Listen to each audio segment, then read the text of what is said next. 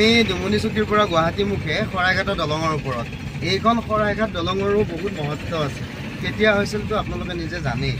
আমি তেতিয়া জন্মই পোৱা নাই এই শৰাইঘাট পুৰণি দলংখন হওঁতে। এই দলঙৰ ওপৰত আমি বহুবাৰ গৈছোঁ নিৰ্দিষ্ট ব্যক্তিগত কাৰণত, কিন্তু আজি বিশেষ কাম এটাৰ কাৰণে গৈ আছোঁ।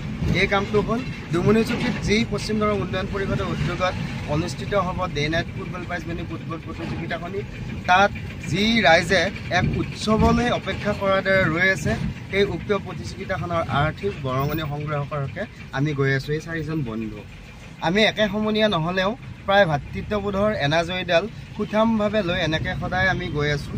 অসমৰ প্ৰায় সংখ্যক আমি লোৱাৰ আছামৰ বিভিন্ন ঠাইলৈ, কাৰণ এটাই কথা, বৃহত্তৰ ডুমুনিচুকী অঞ্চলৰ যি ক্ৰীড়া, যি সাংস্কৃতিক দিশ, এয়া উত্তৰণৰ হকে আমাৰো কৰিবলগীয়া আছে। যদি সকলোৱে নকৰে তেতিয়াহ'লে বিভিন্ন ক্ষেত্ৰত হয়তো আমি পিছ পৰি যাম।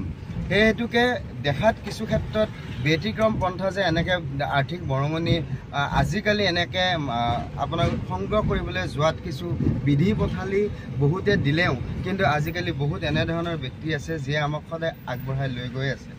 আমাৰ উদ্দেশ্য মহৎ, কাৰণ যদি ডুমুনিচুকী বৃহত্তৰ ডুমুনিচুকী অঞ্চলৰ পৰা আমি বছৰত যদি এজন হ'লেও যদি প্ৰতিভাৱান খেলুৱৈক যদি আমি অসমলৈ উপহাৰ হিচাপে পঠাব পাৰোঁ, তেতিয়াহ'লেও আমি ইতিহাসৰ পাঠত ব্যক্তিগতভাৱে নহ'লেও পশ্চিম দৰং উন্নয়ন পৰিষদৰ এজন সক্ৰিয় সদস্য হিচাপে সদায় নাম আমাৰ থাকিব। আৰু দ্বিতীয়টা কথা হ'ল এন জি অ' মানে কি? এন জি অ' এটা হ'ল স্বেচ্ছাসেৱী সংগঠন। এই সংগঠনে বহুতো কাম কৰিব পাৰে। আমিও কৰি আছোঁ অন্য এটা পন্থাৰে, যে মানুহক বছৰৰ একেবাৰে শেষত অকণমান হ'লেও আনন্দ দিবৰ বাবে, বছৰৰ শেষত সকলো বৃদ্ধ বনিতাৰ পৰা সেই কিশোৰজনলৈকে অপেক্ষা কৰি যে সেই তাহানিৰ ফুটবলৰ মাদকতা আৰু আজিৰ লাইটৰ পোহৰত হোৱা ফুটবলৰ সেই মাদকতা কেনেধৰণৰ, এয়াও দিবলৈ আমি চেষ্টা কৰিছোঁ। কাৰণ বহুতো এনেধৰণৰ ব্যক্তি আছে যি ছাতিৰ ঊৰ্ধত, তেখেতসকলে ৰাতিৰ খেল উপভোগ কৰি পোৱা নাই বা ষ্টেডিয়ামত কাহিনীও যোৱা নাই। সেইকাৰণে আমাৰ প্ৰতিজন সদস্যৰে সপোন যে আমি আমাৰ সেই খেলপথাৰখন আমি ষ্টেডিয়ামলৈ ৰূপান্তৰিত কৰিব পাৰোঁ আমাৰ সাজ-সজ্জাৰে।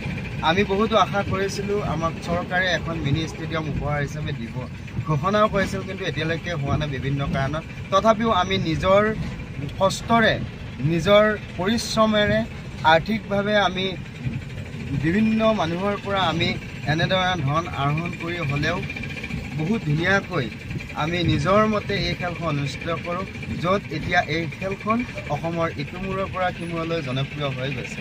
এই ভিডিঅ'টো বনোৱাৰ এটাই উদ্দেশ্য যে আমি সকলোৱে কিবা এটা কৰিব লাগে নিজৰ বাবে প্ৰথমতে, আৰু তাৰ বাবে সমাজৰ বাবে। আমি বছৰটো নিজৰ বাবে কৰোঁ, কিন্তু এমাহ বা 15 দিন আমি বৃহত্তৰ ডুমুনিচুকী অঞ্চলৰ বাবে আমি দিওঁ।